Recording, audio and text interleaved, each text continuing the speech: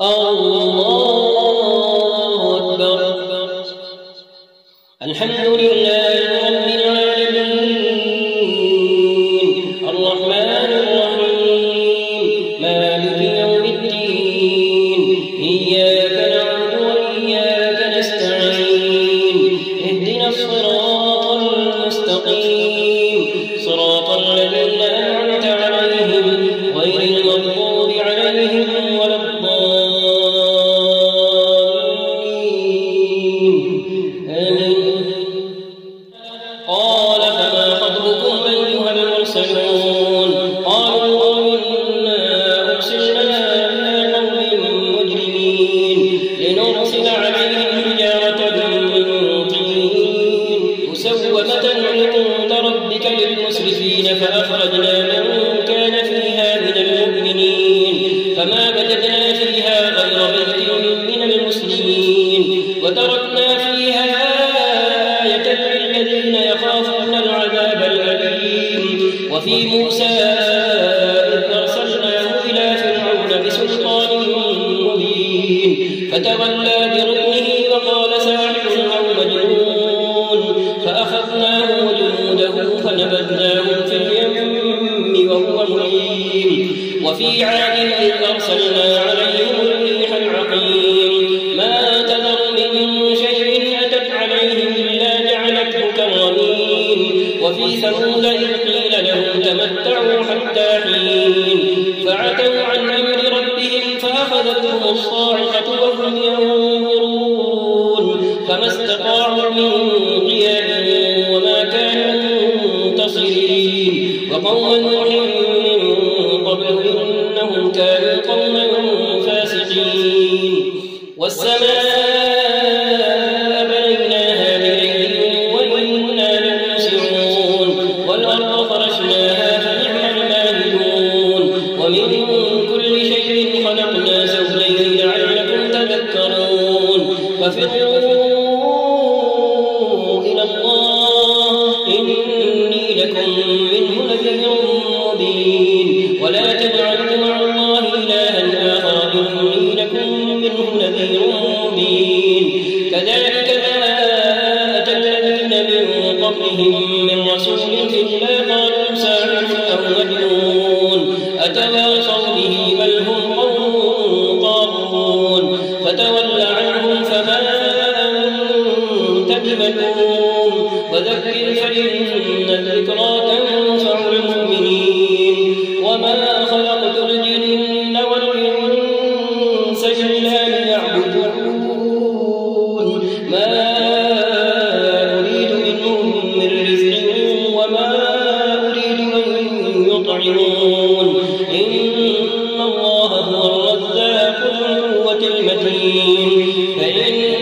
للذين ظلموا ذنوبا مثل ذنوب أصحابهم فلا يستعجلون. فويل للذين كفروا من يومهم الذي يوعدون. الله أكبر.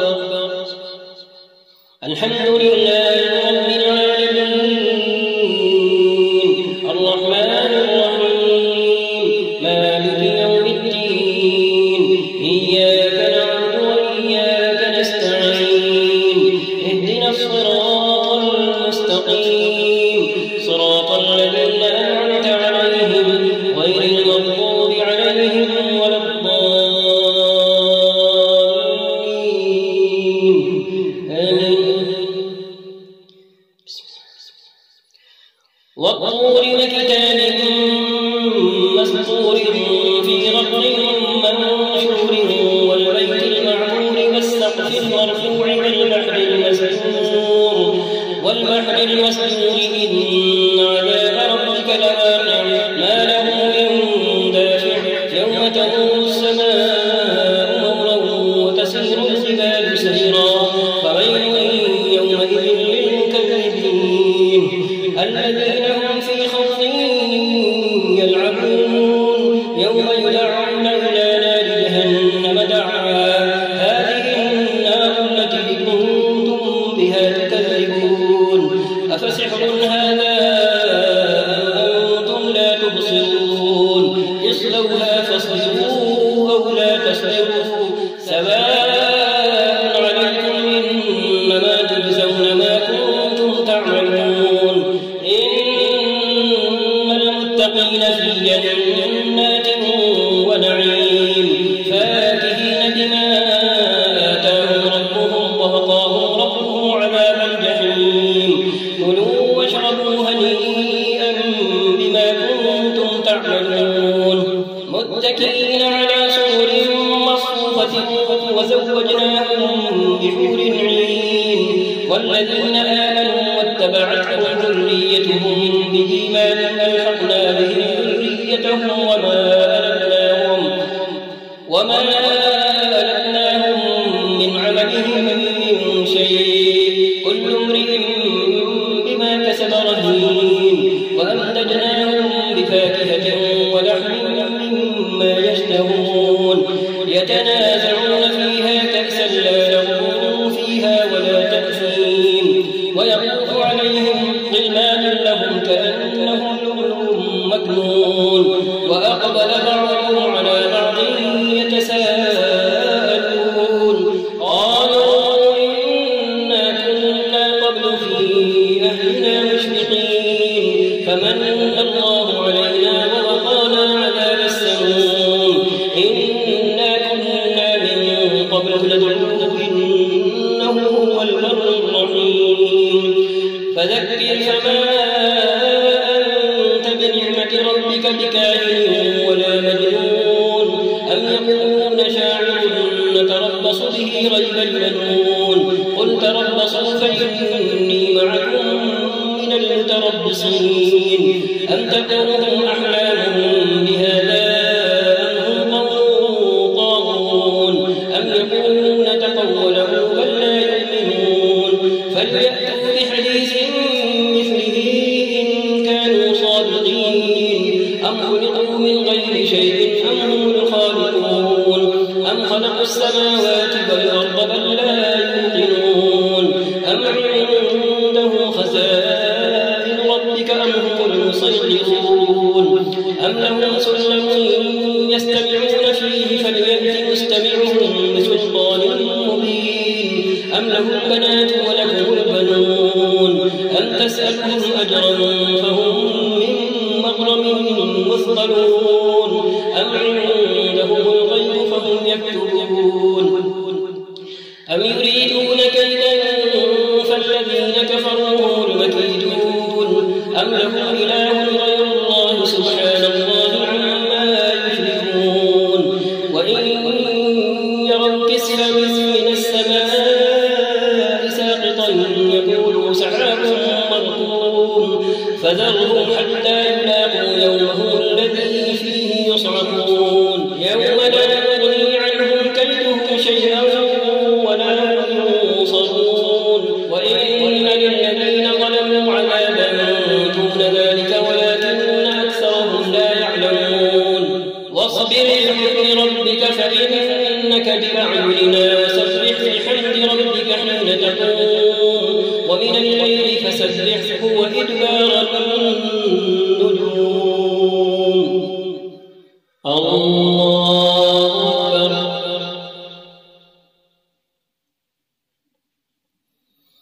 الحمد لله رب العالمين الرحمن الرحيم مالك يوم الدين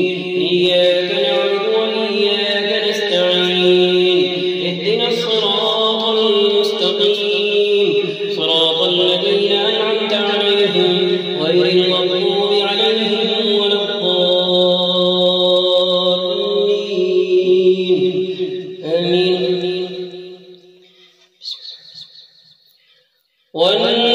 والنجم إذا هوى ما ضل صاحبكم وما غوى وما ينطق عن الهوى إن هو إلا وحي يوحى علمه شديد القوى ذو مرة فاستوى وهو بالأفق الأعلى ثم دنا فتدلى فكان قاب قوسين أو أدنى فأوحى إلى عبده ما أوحى ما كذب الفؤاد ما رأى أفتمارونه على ما يرى ولقد رآه نزلة أخرى عند سدرة المنتهى عندها جنة المأوى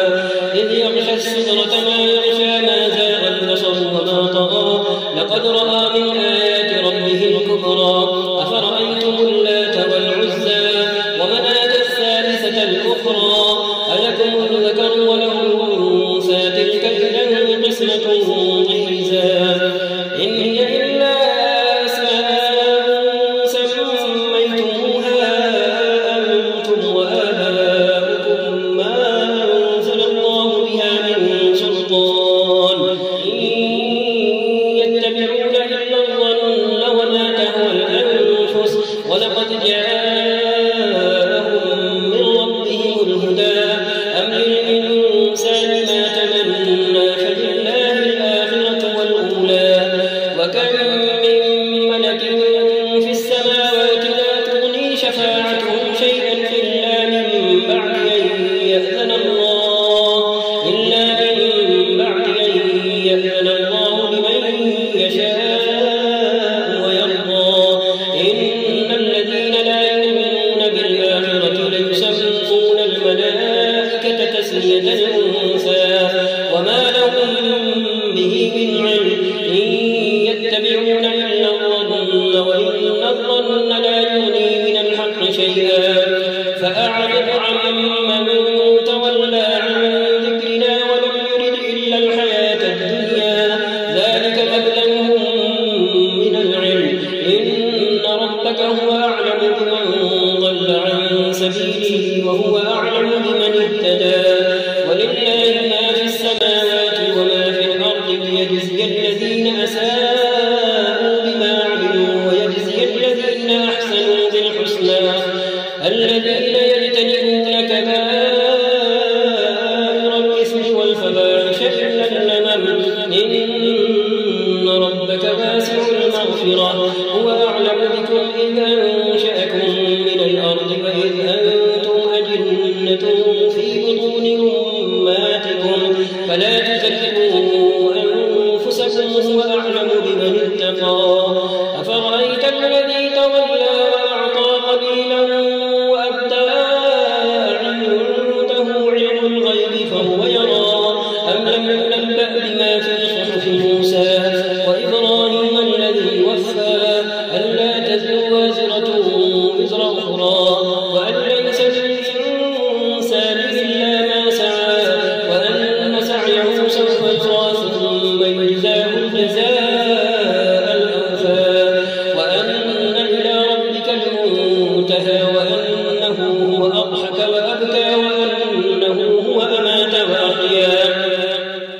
وأنه خلق الزوجين الذكر والأنثى من نطفة إذا تمنى وأن عليه النشأة الأخرى وأنه هو أغنى وأقنى وأنه هو رب الشعرى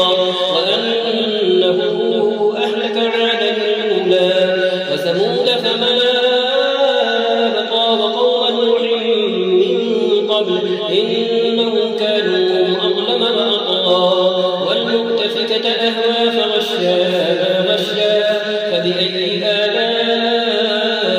ربك تتمارى هذا نذير من النذر الأولى أزفت الآزفة ليس لها من دون الله كاشفة أفمن هذا الحديث تعجبون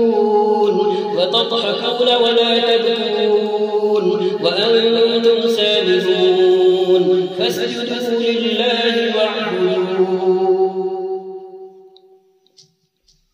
الله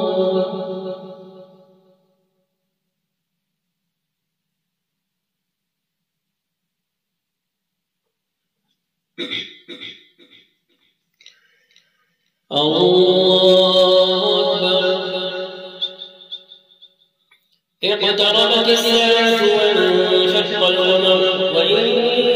يروا آية يعرضوا ويقولوا سحر مستمر وكذبوا واتبعوا أهواءهم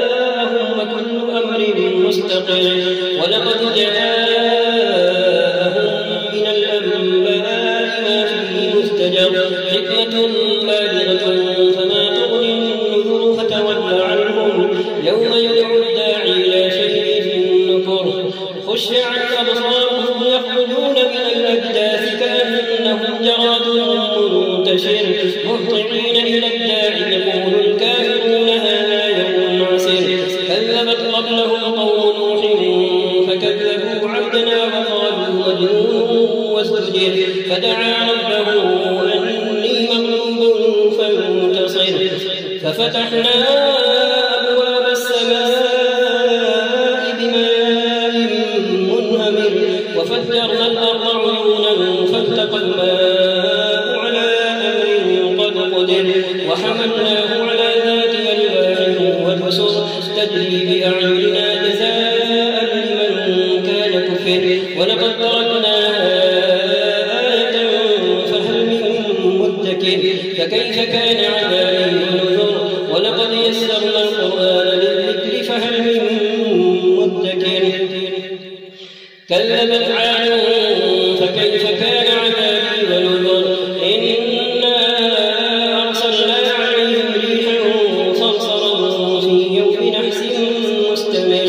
تنزع الناس كأنهم أعجاز نخل منقعر فكيف كان عذابي ونذر ولقد يسرنا القرآن للذكر فهل من مدكر كذبت ثمود بالنذر فقالوا أبشرا منا واحدا نتبعه إنا إذا لفي ضلال وسعر ألقي الذكر عليه من بيننا بل هو كذاب أشر سيعلمون غدا من الكذاب الأشر إنا مرسل الناقة فتنة لهم فارتقبهم واصطبر ونبئهم أن الماء قسمة بينهم كل شرب محتضر فنادوا صاحبهم فتعاطى فعقر فكيف كان عذابي ونذر إنا أرسلنا عليهم صيحة واحدة فكانوا كهشيم المحتضر ولقد يسرنا القرآن للذكر فهل من مدكر كذبت قوم لوط بالنذر إنا أرسلنا عليهم حاصبا إلا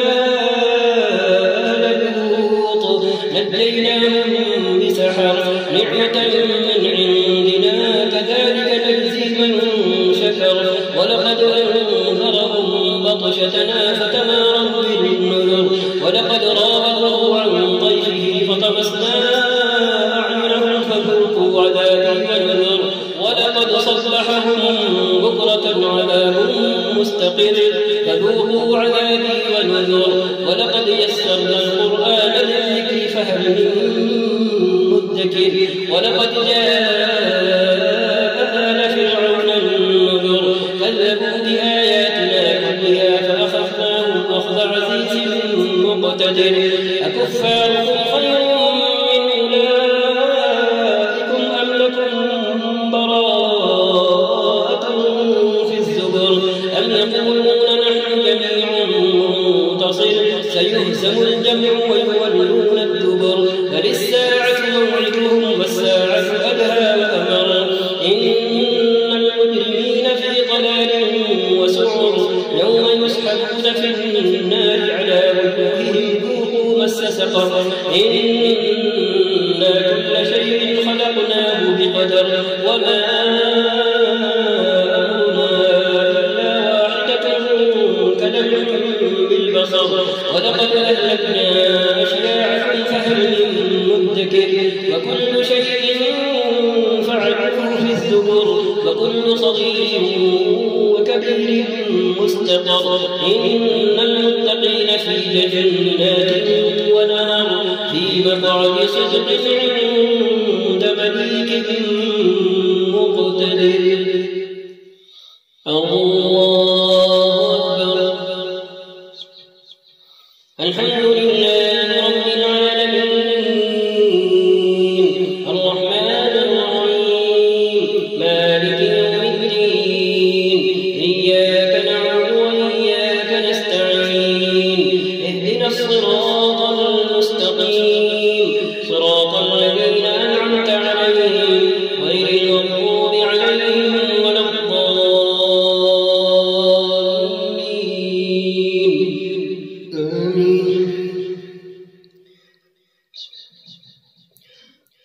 الرحمن علم القرآن خلق الإنسان علمه البيان الشمس والقمر بحسبان والنجم والشجر يسجدان والسماء رفعها ووضع الميزان ألا تطغوا في الميزان وأقيموا الوزن بالقسط ولا تخسروا الميزان والأرض وضعها للأنام فيها فاكهة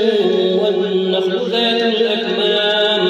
والحب ذو العصف والريحان فبأي آلاء ربكما تكذبان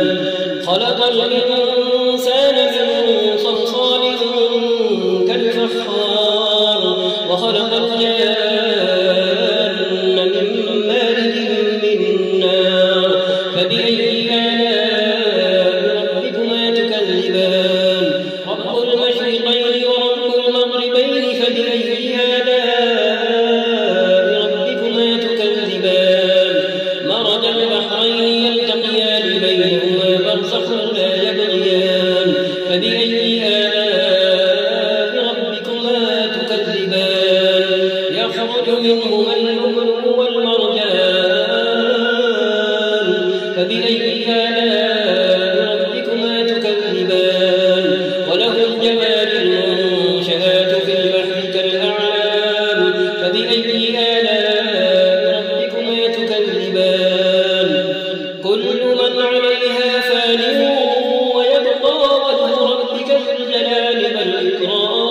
والإكرام فبأي آلاء ربكما تكذبان يسأله من في السماوات والأرض كل يوم هو في شأن فبأي آلاء ربكما تكذبان سنفرغ لكم أيها الثقلان فبأي آلاء ربكما تكذبان يا معشر الجن والإنس إن استطعتم أن تنفذوا من أقطار السماوات والأرض فانفذوا لا تنفذون إلا بسلطان فبأي آلاء ربكما تكذبان يرسل عليكما شواظ من نار ونحاس فلا تنتصران فبأي آلاء ربكما تكذبان فإذا انشقت السماء فكانت وردة كالدهان فبأي آلاء ربكما تكذبان فيومئذ لا يسأل عن ذنبه إنس ولا جان فبأي آلاء ربكما تكذبان يعرف المجرمون بسيماهم فيؤخذ بالنواصي والأقدام فبأي آلاء ربكما تكذبان هذه جهنم التي يكذب بها المجرمون يطوفون بينها وبين حميم آن فبأي آلاء ربكما تكذبان ولمن خاف مقام ربه جنتان فبأي آلاء ربكما تكذبان ذواتا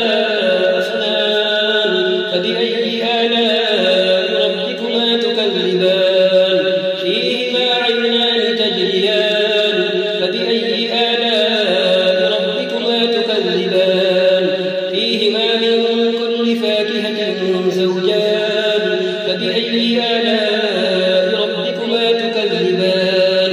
متكئين على فرش بطائنها من استبرق متكئين على فرش بطائنها من استبرق وجنى الجنتين دان فبأي آلاء ربكما تكذبان فيهن قاصرات الطرف لم يطمثهن إنس قبلهم ولا جان فيهن قاصرات الطرف لم يطمثهن إنس قبلهم ولا جان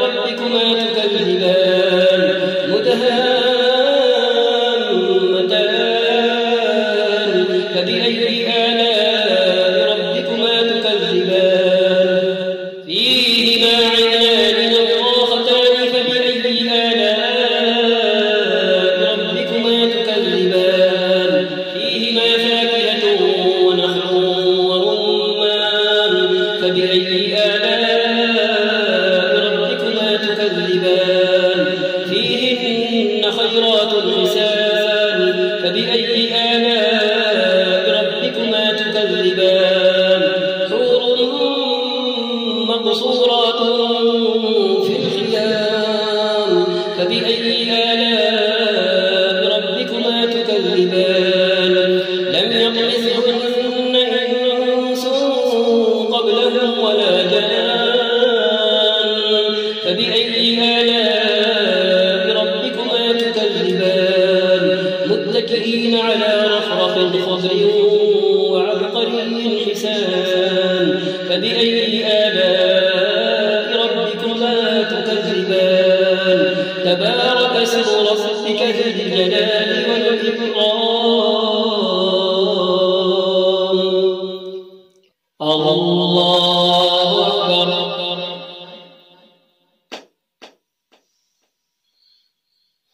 الحمد لله رب العالمين الرحمن الرحيم مالك يوم الدين إياك نعبد وإياك نستعين اهدنا الصراط المستقيم صراط الذين أنعمت عليهم غير المغضوب عليهم ولا الضالين آمين. إذا وقعت الواقعة ليس لوقعتها كاذبة خافضة رافعة إذا رجت الأرض رجا وبست الجبال بسا فكانت هباء منبثا وكنتم أزواجا ثلاثة فأصحاب الميمنة ما أصحاب الميمنة وأصحاب المشأمة ما أصحاب المشأمة والسابقون السابقون أولئك المقربون في جنات النعيم ثلة من الأولين وقليل من الآخرين على سرر موضونة متكئين عليها متقابلين يطوف عليهم ولدان مخلدون بأكواب وأباريق وكأس من معين لا يصدعون عنها ولا ينزفون وفاكهة مما يتخيرون ولحم طير مما يشتهون وحور عين كأمثال اللؤلؤ المكنون جزاء بما كانوا يعملون لا يسمعون فيها لغوا ولا تأثيما إلا قيلا سلاما سلاما وأصحاب اليمين ما أصحاب اليمين في سدر مخضود وطلح منضود وظل ممدود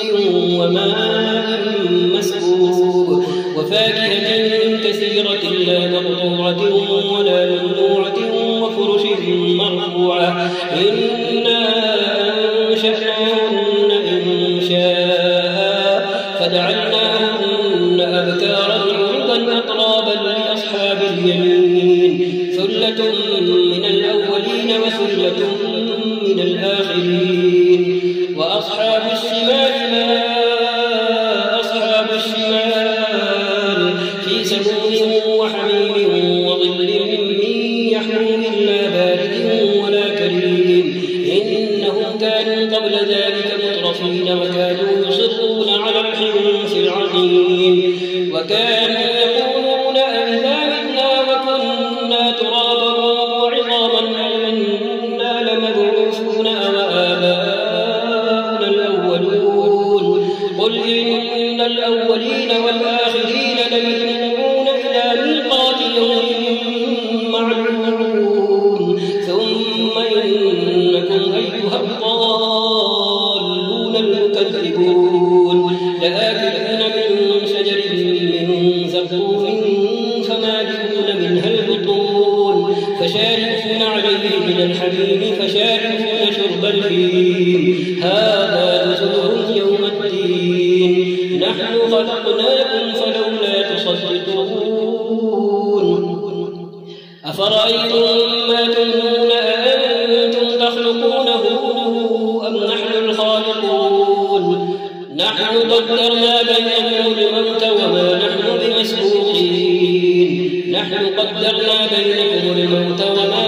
بمسبوقين على أن نبدل أمثالكم وننشئكم فيما لا تعلمون ولقد علمتم النشأة الأولى فلولا تذكرون أفرأيتم ما تحرثون أأنتم تزرعونه أم نحن الزارعون لو نشاء لجعلناه حطاما فظلتم تفكهون إنا لمغرمون بل نحن محرومون أفرأيتم الماء الذي تشربون أأنتم أنزلتموه من المزن أم نحن المنزلون لو نشاء جعلناه أجاجا فلولا تشكرون أفرأيتم النار التي تورون أأنتم أنشأتم شجرتها أم نحن المنشدون نحن جعلناها تذكرة ومتاعا للمقوين فسبح باسم ربك العظيم فلا أقسم بمواقع النجوم وإنه لقسم لو تعلمون عظيم إنه لقرآن كريم في كتاب مكنون لا يمسه إلا المطهرون تنزيل من رب العالمين أفبهذا الحديث أنتم مدهنون وتجعلون رزقكم أنكم تكذبون فلولا إذا بلغت الحلقوم وأنتم حينئذ تنظرون ونحن أقرب إليه منكم ولكن لا تبصرون فلولا إن كنتم غير مدينين ترجعونها إن كنتم صادقين فأما إن كان من المقربين فروح وريحان وجنة نعيم وأما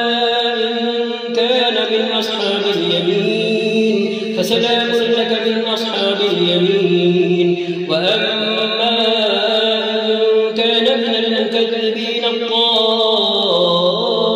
الضالين فنزل من حميم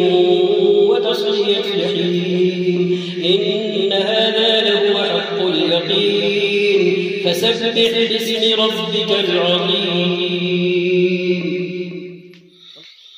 الله أكبر الحمد لله رب العالمين الرحمن الرحيم مالك يوم الدين إياك نعبد وإياك نستعين اهدنا الصراط المستقيم صراط الذين أنعمت عليهم غير المغضوب عليهم ولا الضالين آمين سبح لله ما في السماوات والأرض وهو العزيز الحكيم له ملك السماوات والأرض يحيي ويميت وهو على كل شيء قدير هو الأول والآخر والظاهر والباطن وهو بكل شيء عليم هو الذي خلق السماوات والأرض في 6 أيام ثم استوى على العرش يعلم ما يلج في الأرض وما يخرج منها وما ينزل من السماء وما يعرج فيها وهو معكم أينما كنتم والله بما تعملون بصير له ملك السماوات والأرض وإلى الله ترجع الأمور يولج الليل في النهار ويولج النهار في الليل وهو عليم بذات الصدور آمنوا بالله ورسوله وأنفقوا مما جعلكم مستخلفين فيه فالذين آمنوا منكم وأنفقوا لهم أجر كبير وما لكم آمنوا بالله ورسوله وأنفقوا مما جعلكم مستخلفين فيه فالذين آمنوا منكم وأنفقوا لهم أجر كبير وما لكم لا تؤمنون بالله والرسول يدعوكم لتؤمنوا بربكم وقد أخذ ميثاقكم إن كنتم على عبده آيات بينات ليخرجكم من الظلمات إلى النور وإن الله بكم لرءوف رحيم. وما لكم ألا تنفقوا في سبيل الله ولله ميراث السماوات والأرض لا يستوي منكم من أنفق من قبل الفتح وقاتل أولئك أعظم درجة من الذين أنفقوا من بعد وقاتلوا وكلا وعد الله الحسنى والله بما تعملون خبير. من ذا الذي يقرض الله قرضا حسنا فيضاعفه له وله أجر كريم. يوم ترى المؤمنين والمؤمنات يسعى نورهم بين أيديهم وبأيمانهم بشراكم اليوم جنات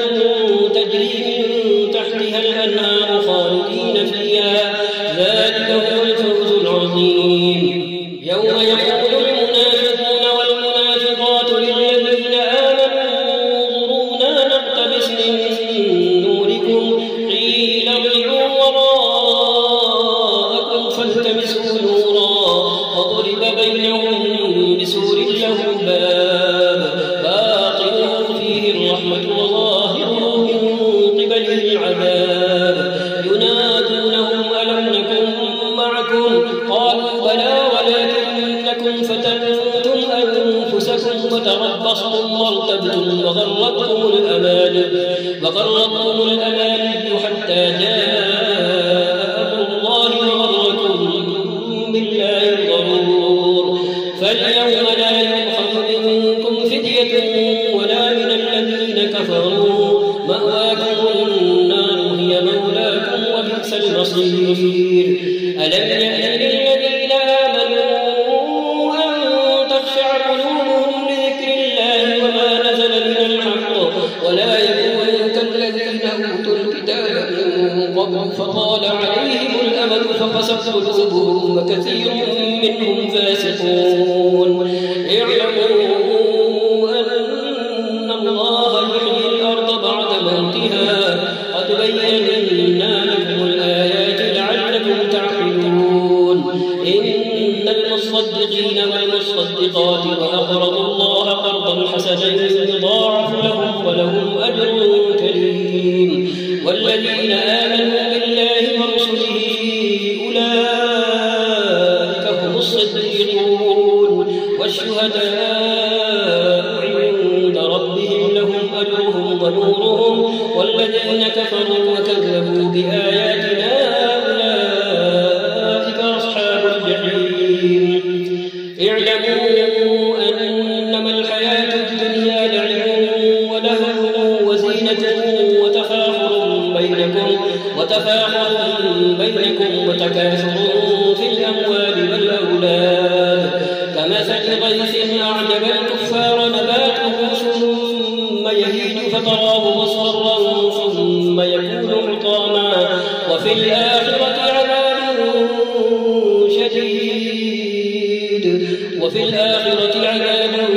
شديد ومغفرة من الله ورضوان وما الحياة الدنيا إلا متاع الغرور. سارعوا إلى مغفرة من ربكم وجنة عرضها كعرض السماء والأرض أعدت للذين آمنوا بالله ورسله ذلك فضل الله يؤتيه من يشاء والله ذو الفضل العظيم. ما أصاب من مصيبة في الأرض ولا في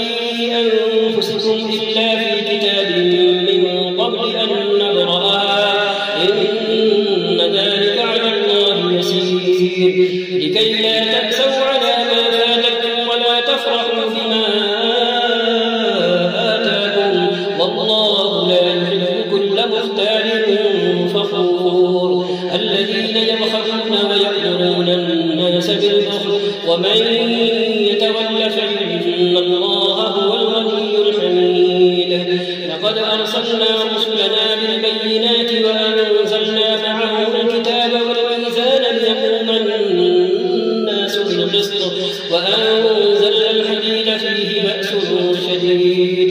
ومنافع للناس وليعلم الله من ينصره ورسله بالغيب إن الله قوي عزيز. ولقد أرسلنا نوحا وإبراهيم وجعلنا في ذريتهما النبوة والكتاب فمنهم مهتد وكثير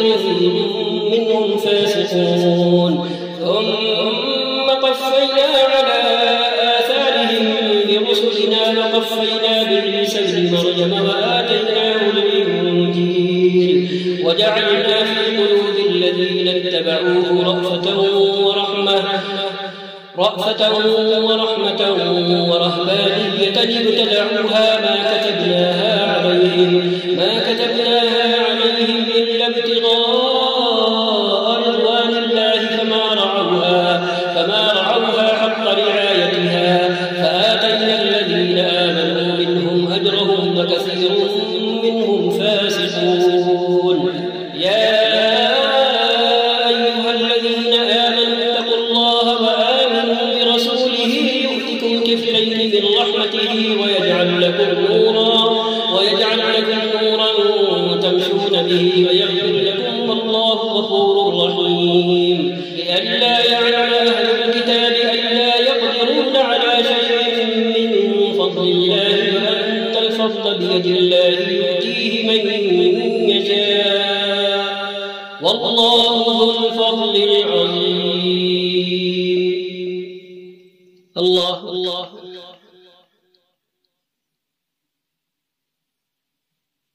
سمع الله لمن حمده. الله أكبر. الله أكبر.